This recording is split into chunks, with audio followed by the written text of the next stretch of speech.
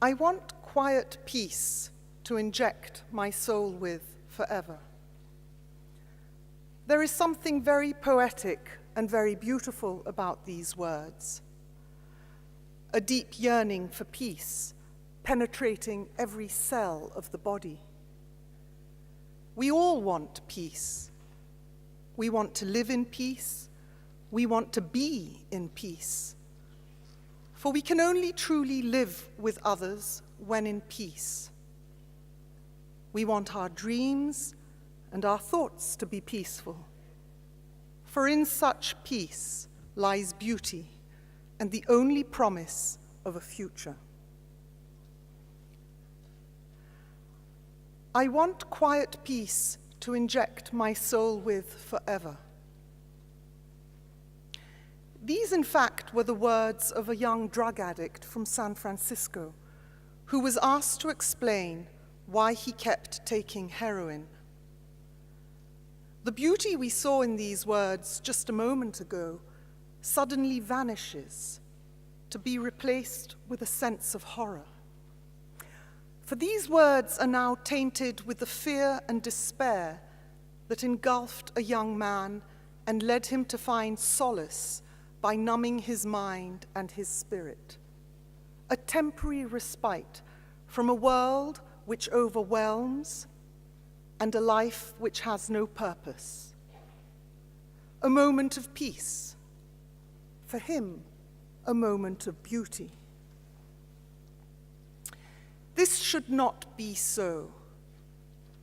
In our deep unconscious, we all know that human nature is a peaceful one. And what this young man expressed so well is that our world is a violent one. This young man has been deeply violated by a society which claims to care for others and by a family which claims to love its offspring unconditionally. He has been failed on both counts. A very large part of the world's population lives in fear, in violence. I am not talking about war zones or refugee settlements, but about the violence of an adult wielding power over a child. It is a form of violence that is sanctioned in most societies and lies hidden in seemingly peaceful, organized surroundings, in our metropolitan cities, our middle-class suburbs, our beautiful towns and quaint villages where our children are growing up. I am referring to the violence that is expressed in words, actions, and images, which stunts the growth of our children by disconnecting them from their feelings, debilitating their mind, crushing their spirit, and marking them for life. A violence that is to be found in the best of schools and in the best of families. I am talking about the physical and psychological harm that is done to a child who is abused, beaten, slapped. To a child who lives in fear of threats and punishments. To a child who is abandoned, neglected, or simply forgotten. To a child who is yelled at, humiliated, and bullied. To a child who awaits the outcome of those pregnant silences. To a child who is forced, pulled, and pushed. To a child who is exposed to the shouting, the anger, and the fear of his parents, those people he loves most. This covert violence raises its head in almost all primal relationships at the time when the weakest member of society, the child, is at its most vulnerable. Even those of us who claim a happy and untroubled childhood have experienced some degree of violence in our families. And if we can but remember it, the distress is still there. We all bear the label of damaged goods. What a child often does in order to cope with those difficult situations and with those uncomfortable feelings is to internalize them, to put them aside, as it were, in order to forget them. We know, however, that memories, particularly ones that are painful, can never be forgotten. They remain with us, in our bodies and in our unconscious mind, and they shape our life as adults. The truth about childhood is stored up in our body, and although we can repress it, we can never alter it. Our intellect can be deceived, our feelings manipulated, our perceptions confused, and our body tricked with medication. But someday, the body will present its bill. Dr. Montessori chose not to mince her words. She describes the formative years of a child's life, right from the moment of birth, as a battleground, where a real conflict, a ceaseless war, has been going on in impenetrable secrecy for countless generations. Dr. Montessori claims that the adult and the child are locked in a secret struggle which is becoming increasingly violent. What happens to the child who finds himself in such a battleground? The answer is exactly what happens to the adult who finds himself caught in adult warfare, where the war victim survives by adjusting to the aftermath of the destruction that has been brought on by the war, that moment in time which we choose to call peace. Likewise, the child, who desperately needs to be loved and accepted, adjusts and adapts his emotions to the situation, thereby assuring his physical and psychological survival.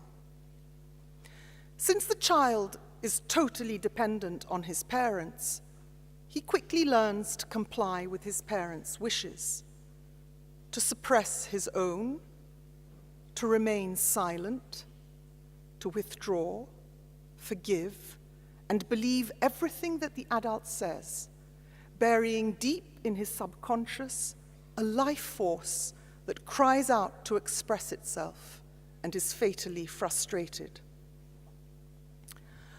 The true self disappears, for the child becomes subject to the adult. He must conform to his expectations and respond to his orders.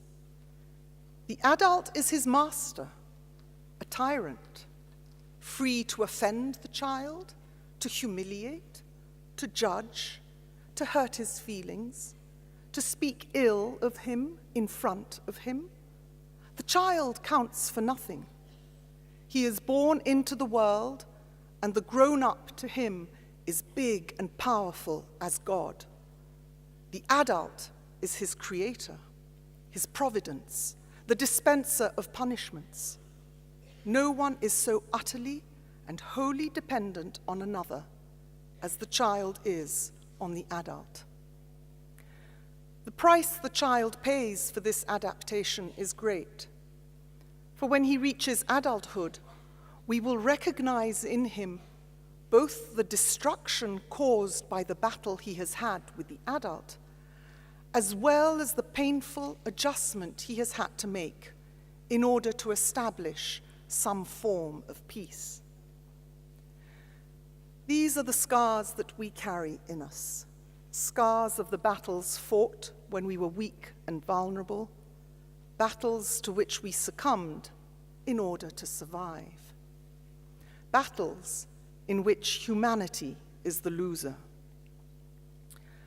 Dr. Montessori states how disturbed she was to discover that an adult human being with such a huge capacity to love and express compassion and kindness should at the same time be the one to mistreat the weakest of all human beings to such an extent that the scars remain for life. In most instances, our parents have done this unknowingly, unconsciously, because they too, as children, suffered the repressed emotions of their own parents. The cycle is evident. A small child is hurt, and it is not acknowledged. The child fails to react to this suffering with appropriate anger. Everything is forgotten. The stored up anger, however, is discharged later in life, either by directing it onto others or against oneself. The renowned Swiss psychoanalyst Alice Miller suggests how we can break out of this locked intragenerational repetition of doing to our children as we have been done by.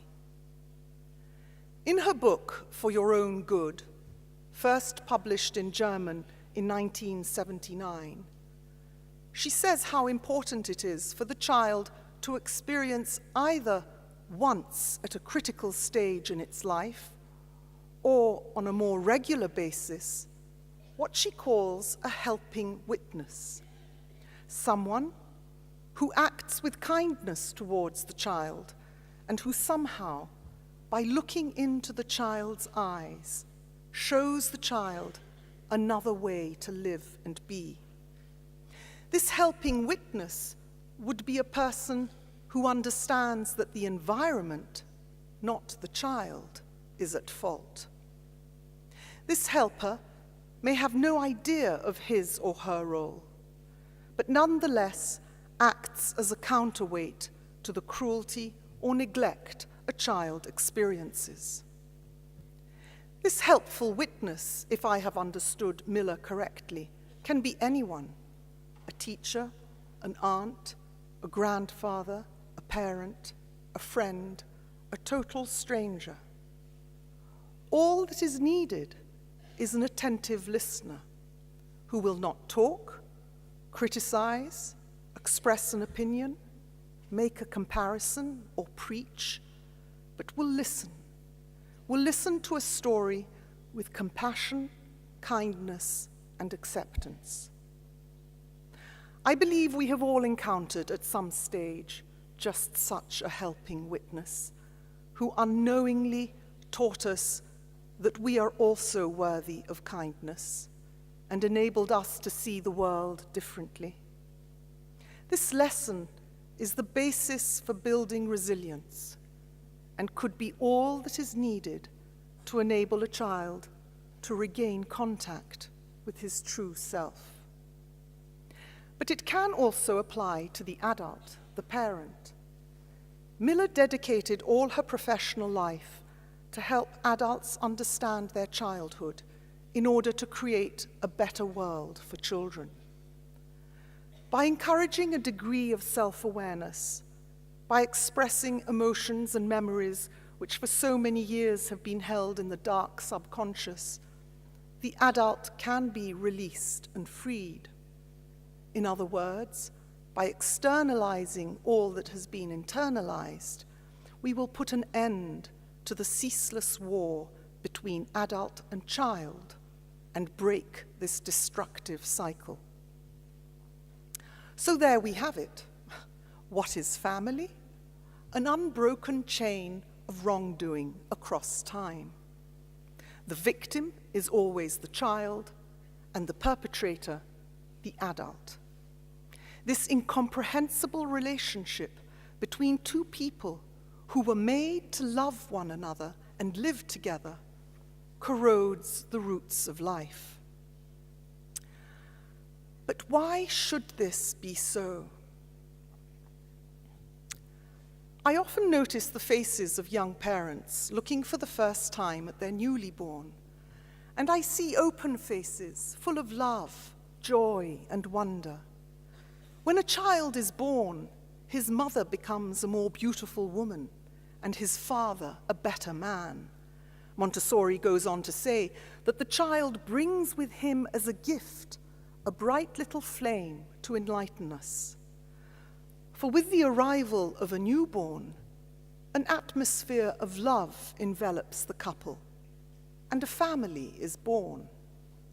Egoism is replaced by generosity, and hearts are filled with tenderness.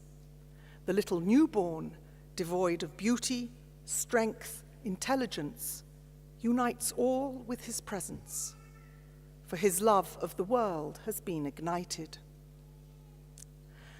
But just take a look at those same faces a few months down the line. How things have changed. When and why does this change occur? When do we snuff out the bright little flame that the child brings to enlighten us? When do things start turning ugly? The environment, it seems, plays an important role. In 1936, Dr. Montessori suggested that as society becomes more and more complicated and intense, it becomes more difficult for adults to adapt to the rhythm and psychological needs of the child. At the same time, the child is having to adapt to an environment which is becoming increasingly unsuitable. Everything is overregulated, too restrictive, too fast, and in Montessori's days, the growing popularity of the motor car meant that children could no longer be as active and as free as before. Children then, as indeed today, needed to be protected from real dangers in the outer world, dangers which are multiplying at an alarming rate. By constructing an environment which is further and further removed from nature, and thus more and more unsuited to a child, the adult has increased his own powers and thereby tightened his hold over the child. Dr. Montessori's understanding reflects an enlightened insight into the significance of man's relationship with his environment. She believed that the environments we are creating and living in fact, determine the quality of our interactions. As society progresses and becomes more complex, the battle between adult and child intensifies because the child becomes more and more alienated from the environment the adult has created. So is the solution to create a more child-friendly environment where parenting would be less stressful? In part, yes.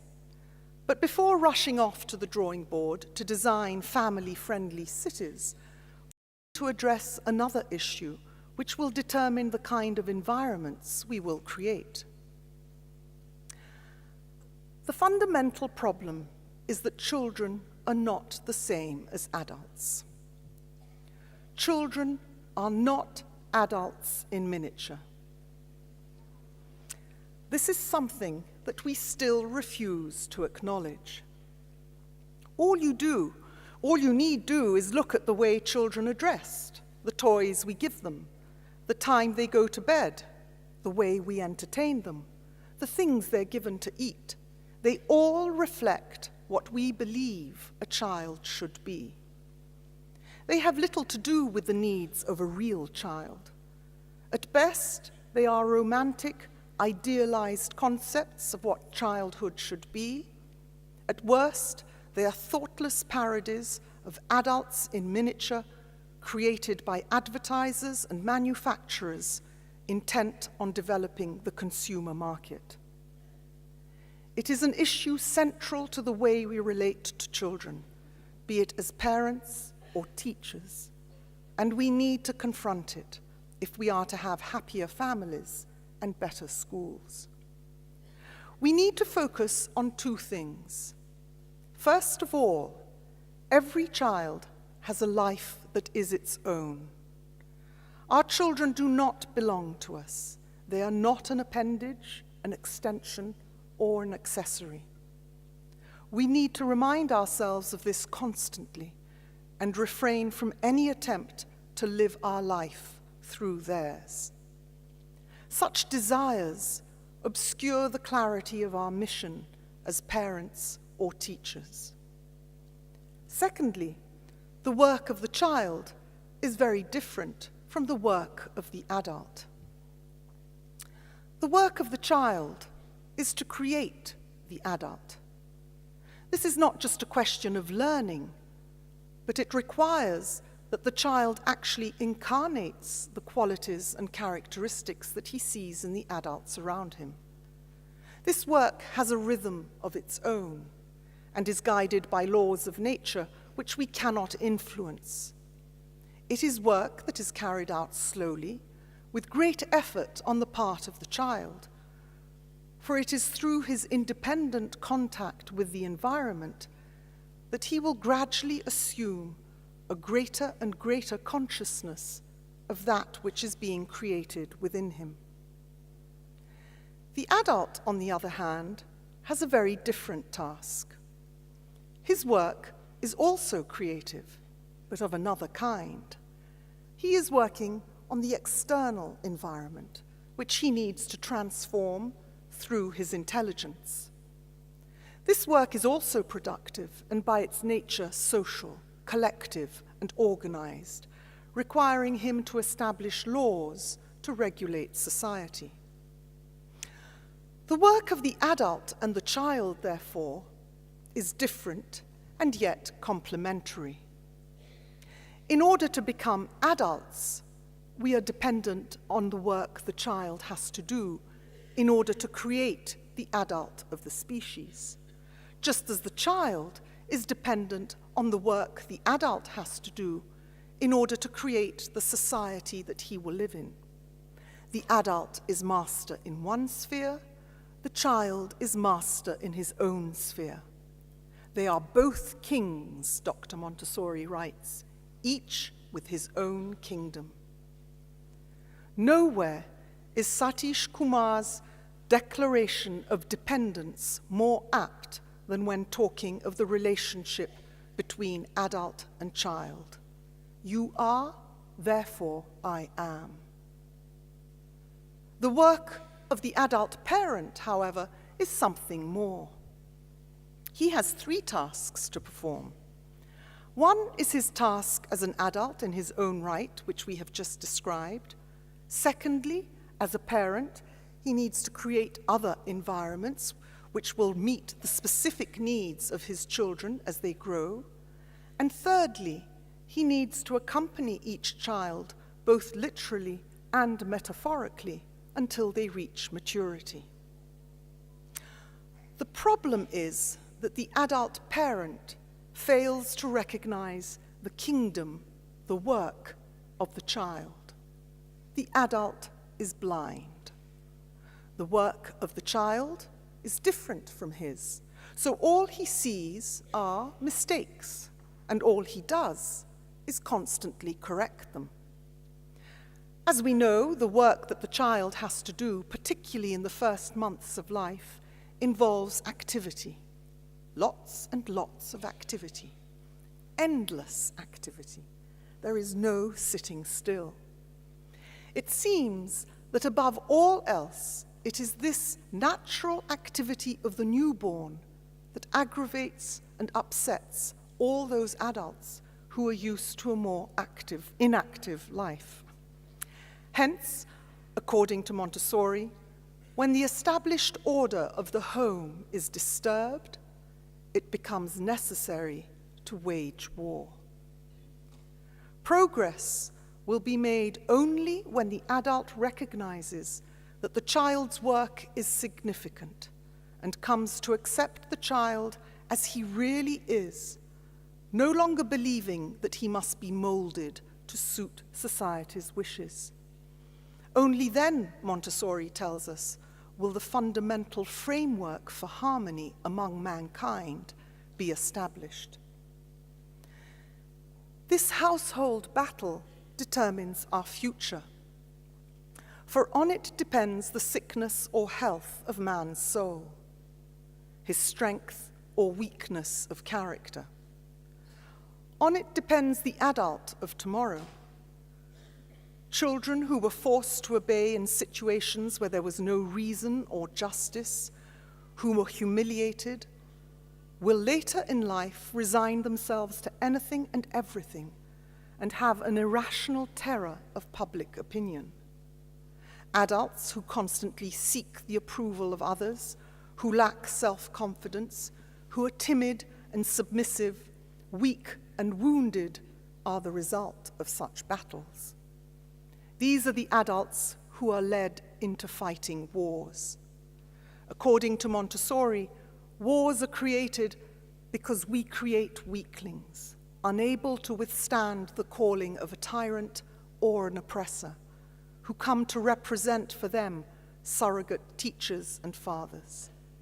These adults will one day themselves be parents, and they will be granted the opportunity of doing as they were done by, thereby perpetuating mankind's many errors. As you can see, the family has a lot to answer for.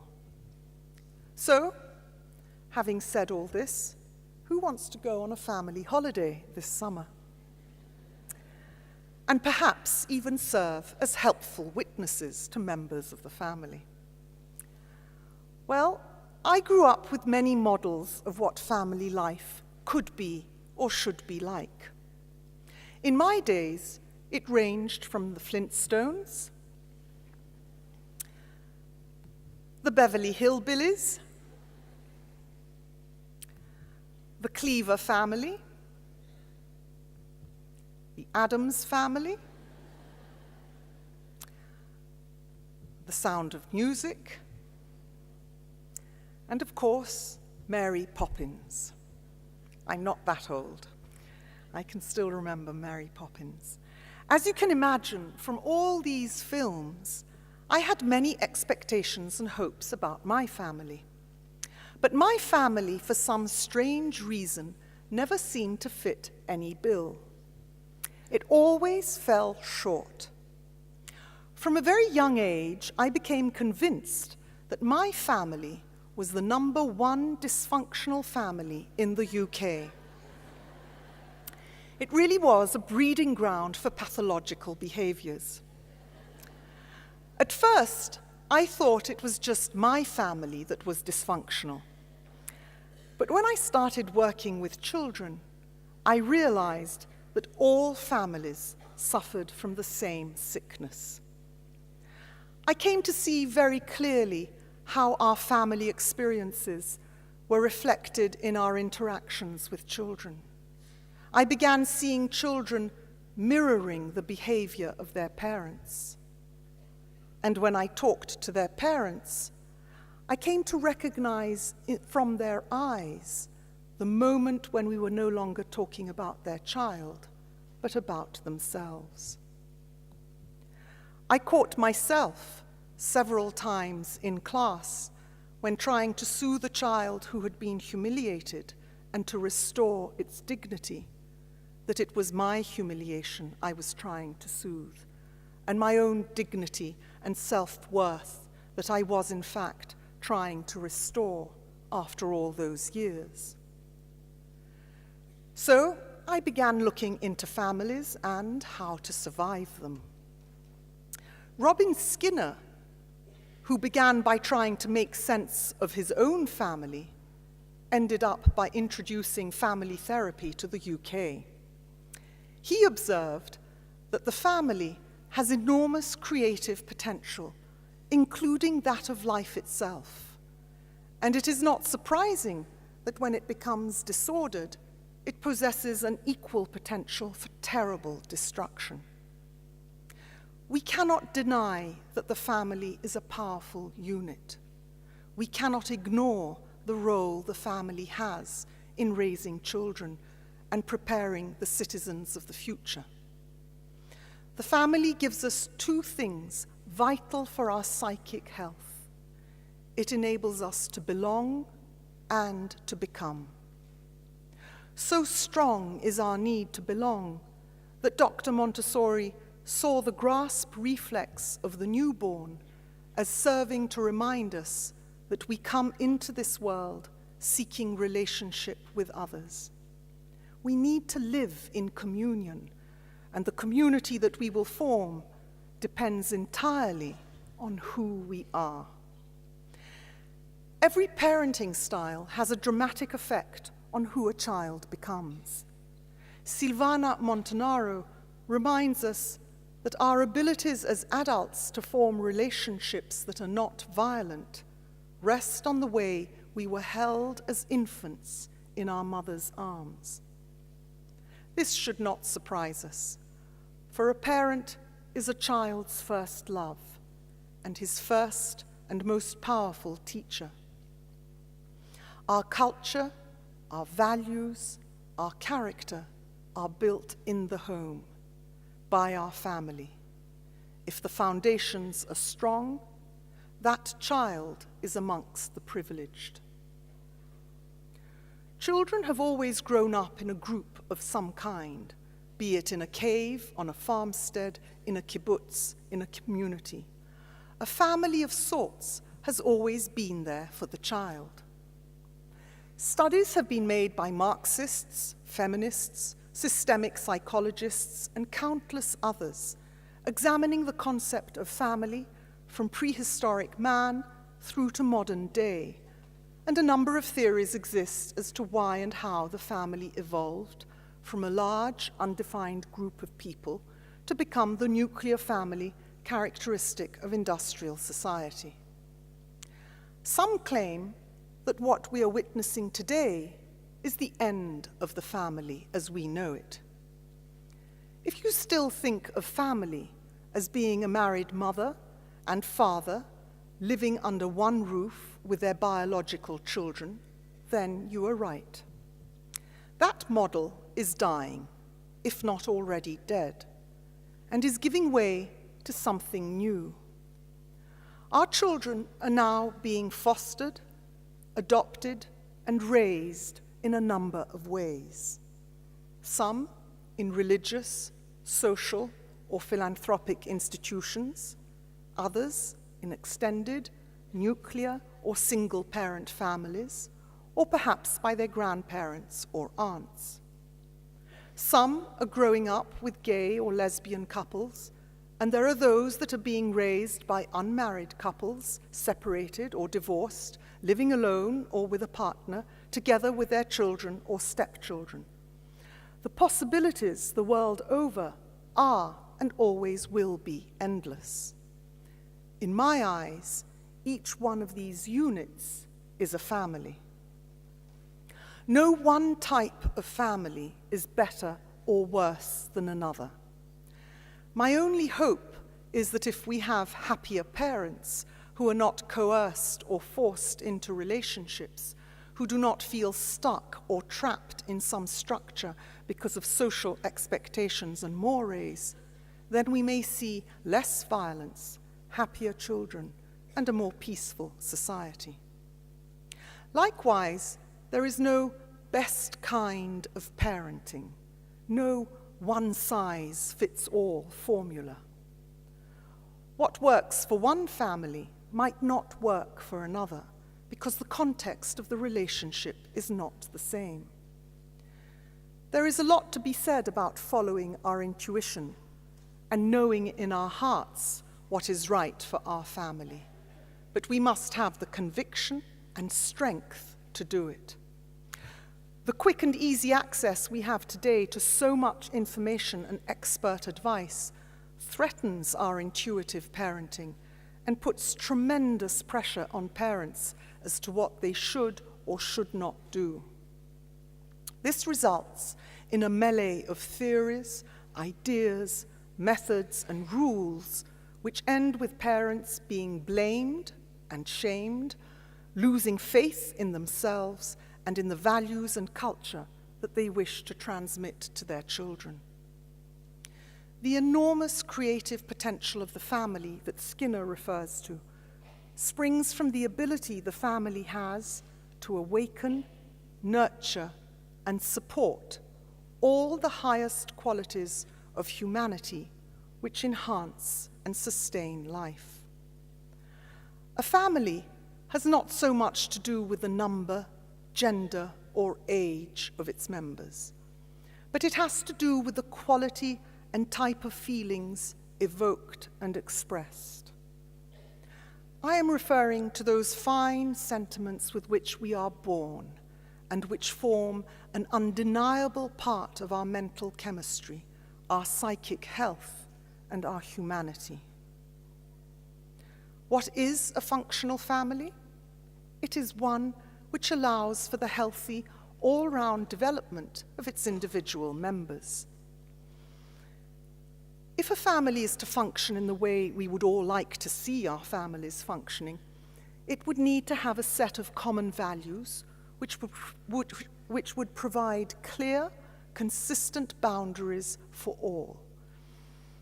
That would entail being able to accommodate change, accepting life for what it is and what it brings, seeing success and failure as part of life, never attributing greater importance to either one or the other.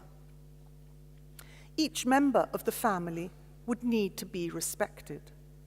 The children would have a sense of self-worth and value, giving them the confidence, the knowledge, and the skills to cope on their own. They would be encouraged to demonstrate and acknowledge their feelings without feeling guilty, but in an honest and open setting, safe and secure in the knowledge that they are loved unconditionally. All feelings would be respected, and all members of the family would be ready to listen, understand, and forgive one another. And the cherry on the cake? Well, in such a family, there would inevitably be an abundance of humor and joy. So, we should not be surprised to read that healthy, functional families, such as the one I have just described, are very, very rare. It is thought that only 5% of families fulfill all the requirements on this list. What intrigues me, however, is that this kind of family and this manner of living really touches us. In each one of us, whether parents or children, there is a part that dreams of this type of functional family, however sugary sweet it might seem.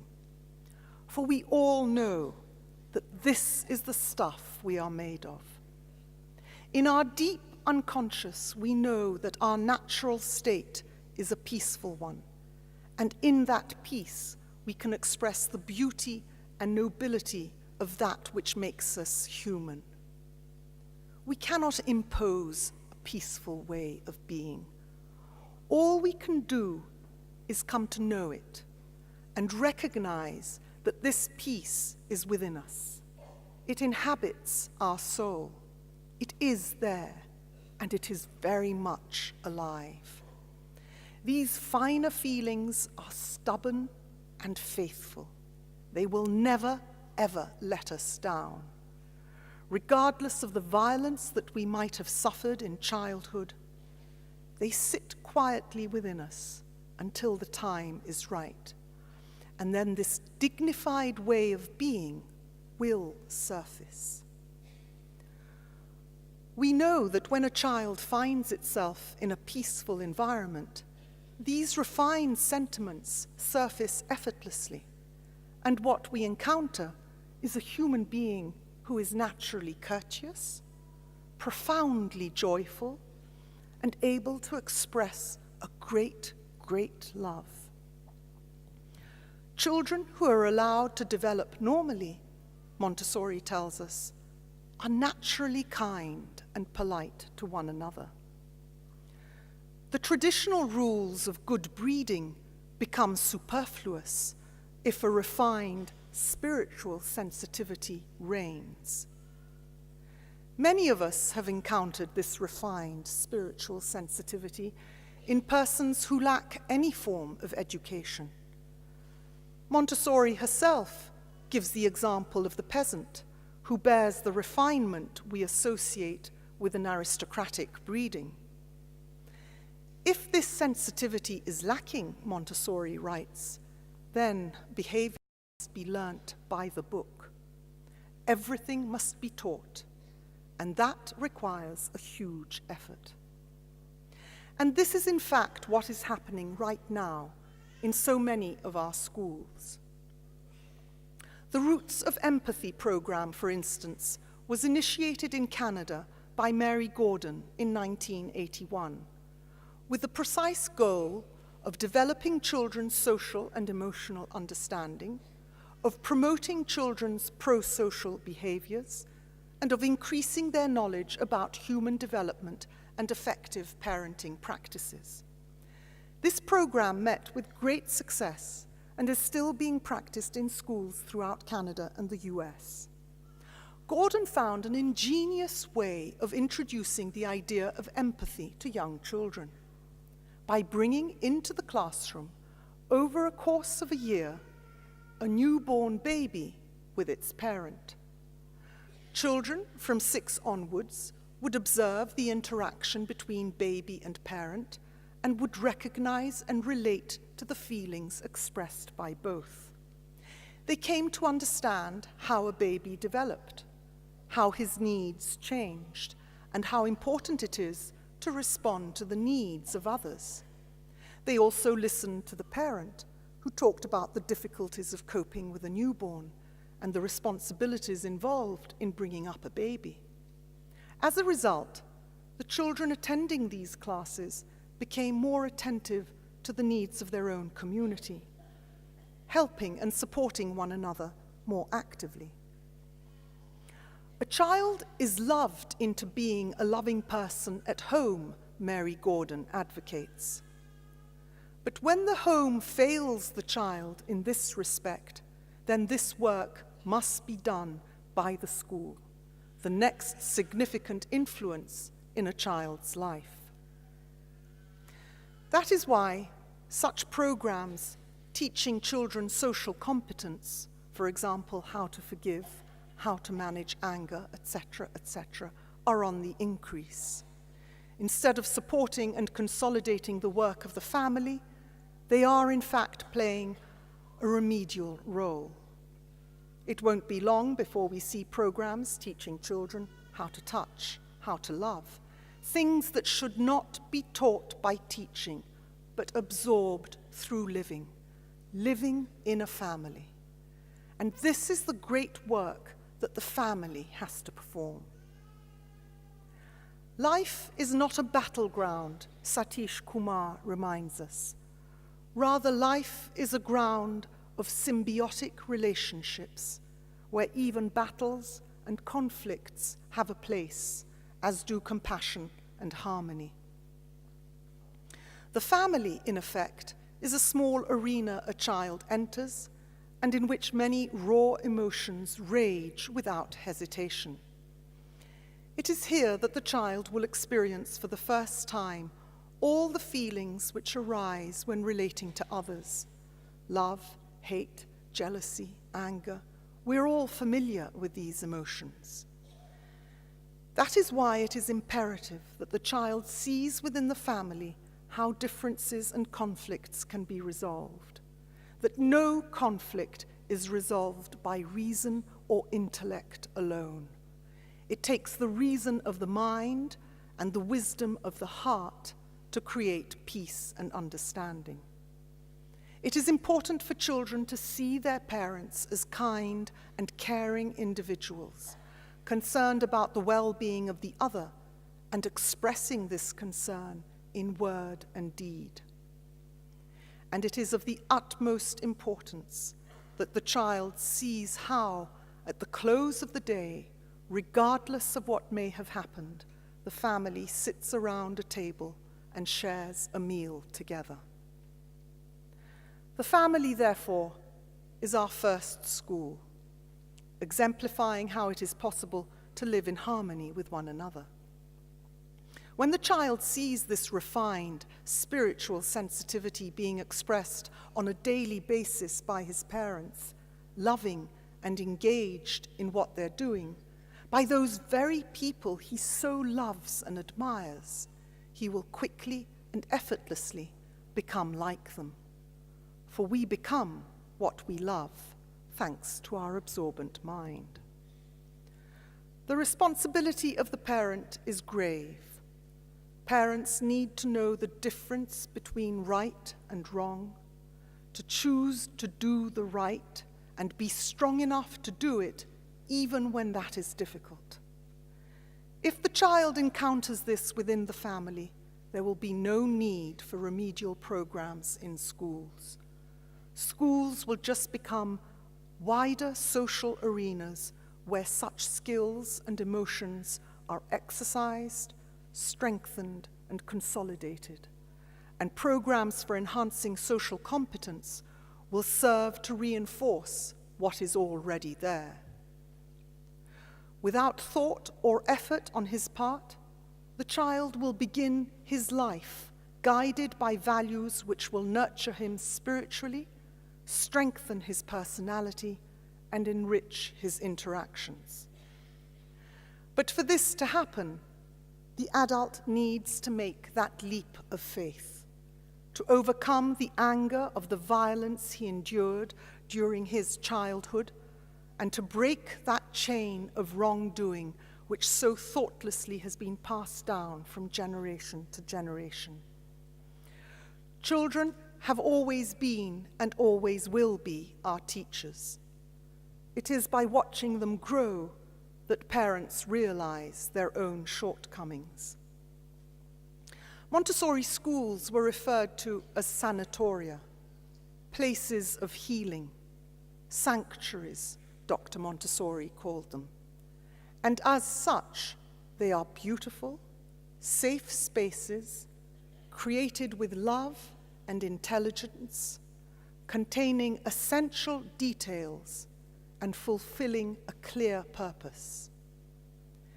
It is often when seeing the beautiful environments which we have created for the children in our schools that parents realize that something is lacking in their lives.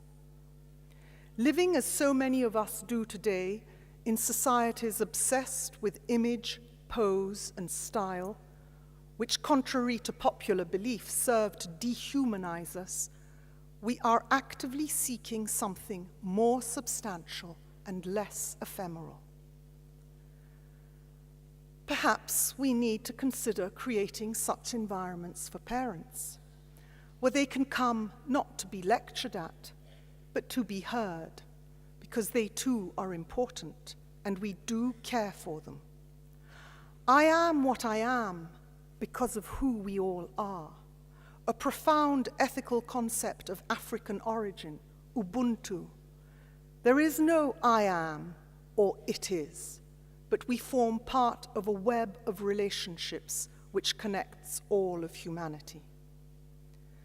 People want to lead meaningful and fulfilling lives, to cultivate what is best in themselves so as to live more purposefully.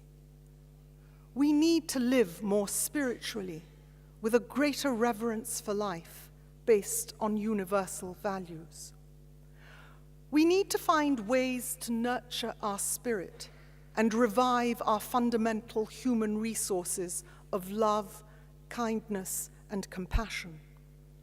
We need to turn our gaze towards the strengths that enable individuals and communities to thrive so that we can start living spiritually, cultivating our virtues, weakening all that is destructive. We need to rethink who we are and reconsider how violence manifests itself in our daily actions. When our thoughts contain negative responses such as disappointment, resentment, guilt, shame, we effectively push love away. But we have love. We have intelligence, and we have the capacity to make a choice.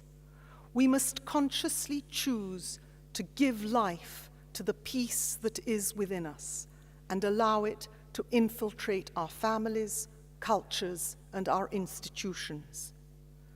We need to consider universal values, not attached to any specific belief structure, a secular spirituality which we will hand down from generation to generation in an unbroken cycle, not by preaching, but just by living in elegant simplicity. Perhaps the role of the Montessori school is to provide parents as well as children with an oasis for change, by living the change we want to see in our small school community, by encouraging this change in all our teachers and parents, and listening to all that people bring with them to the fold. Self-realization is not something for tomorrow, not somewhere far in the distance. It is here and now in all our actions, guided by reverence for matter, reverence for work, reverence for life. Transformation begins with the individual. Every act of goodness reverberates. Mother Teresa understood this very well when she said, "If you want to work for world peace, go home and love your family." Take care of this child, this life, Montessori wrote. This life, which has the possibility of bettering all life. It is a great thing to do, yet so simple. Thank you.